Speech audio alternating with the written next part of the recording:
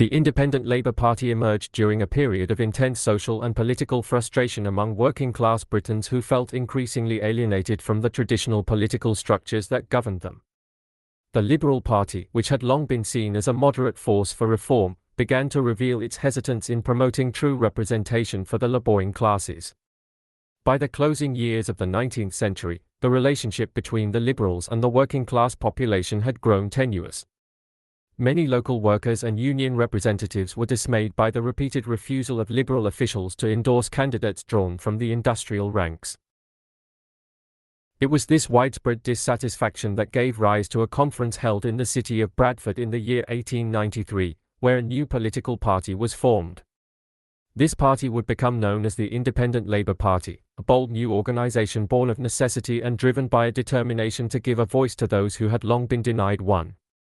At the heart of this movement stood Keir Hardie, a man who had already gained national prominence as an outspoken advocate for working-class rights.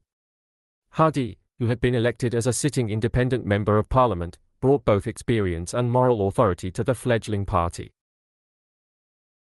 He had built his reputation through union organising and public advocacy, and he stood as a living example of what working-class leadership could accomplish within the parliamentary system.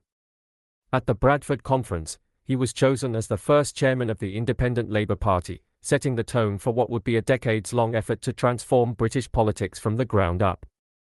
Unlike some of the more doctrinaire socialist groups of the time, the Independent Labour Party sought to bridge the gap between ethical reformers and the industrial proletariat.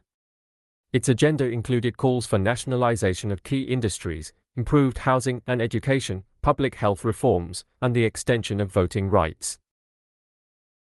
These demands were presented not through abstract ideological language but through a deeply moral appeal to justice, dignity, and human equality. This ethical foundation made the party distinct and allowed it to attract support from a wide range of constituencies. Though independent in name and spirit, the party found it necessary to forge alliances with broader labour movements to increase its electoral success. One of the most important developments in this regard came in the year 1900. When Keir Hardie took part in the formation of a new body known as the Labour Representation Committee. This committee was created to coordinate political representation for Labour candidates in Parliament. It was later renamed the Labour Party and quickly began to grow in influence. While the Independent Labour Party affiliated with this new political entity in the year 1906, it maintained its distinct identity and remained firmly situated to the political left of the growing Labour Party. Throughout the early decades of the 20th century, the Independent Labour Party maintained a complex and sometimes strained relationship with its affiliate, the Labour Party.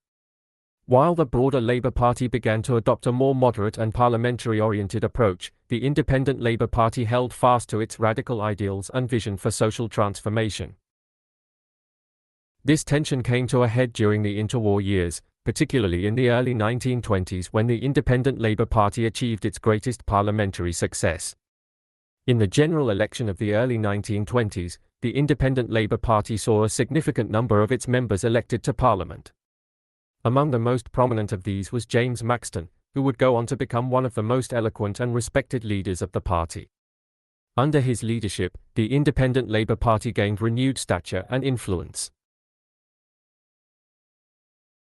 Other key figures elected during this period included John Wheatley, who would become a leading voice for housing reform, Emmanuel Shinwell, a powerful advocate for labour rights, Tom Johnston, a champion of Scottish social justice, and David Kirkwood, who brought a passionate voice for the people of Glasgow to Westminster. This influx of talent and passion gave the Independent Labour Party significant sway within the Labour Party and led many to believe that real social change might finally be within reach. When the first Labour government was returned to office in the mid-1920s, expectations were high among the ranks of the Independent Labour Party. Approximately one-third of the cabinet ministers in this government were members of the Independent Labour Party. However, what followed was a period of profound disillusionment. The policies enacted by the new government fell far short of the hopes and aspirations that had driven the movement for so long. Economic pressures, political caution, and the realities of coalition governance diluted much of the progressive agenda that Independent Labour Party members had hoped to achieve. This failure to deliver meaningful change began to create rifts within the movement. One of the most visible signs of this internal conflict was the removal of Ramsay MacDonald, one of the founding figures of the Labour Representation Committee, as the editor of the Independent Labour Party's Socialist Review in the year 1925. The symbolic significance of this act was immense, signalling a widening gulf between the radical aspirations of the Independent Labour Party and the more pragmatic direction taken by the Labour leadership. Further disillusionment followed in the year 1927 when Philip Snowden, respected economic thinker and key Independent Labour Party figure, formally resigned from the organisation. Despite these setbacks, the Independent Labour Party remained committed to its core mission of representing the working class through ethical socialism and direct action. However, the growing divide between its vision and the direction taken by the Labour Party made collaboration increasingly difficult. In the year 1932, the Independent Labour Party formally disaffiliated from the Labour Party, choosing instead to pursue an independent path. This decision marked the beginning of a long and slow decline in the party's influence and visibility. Isolated from the larger structures of parliamentary politics, the Independent Labour Party struggled to maintain its relevance during a time of rising political tensions and the looming threat of global conflict. The years that followed saw the Independent Labour Party continue to campaign on issues such as pacifism, civil liberties, and economic justice, but its capacity to effect change was greatly diminished.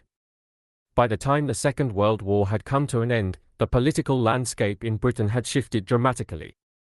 The Labour Party, now firmly established as one of the two dominant political forces in the country, had adopted many of the social policies once championed by the Independent Labour Party.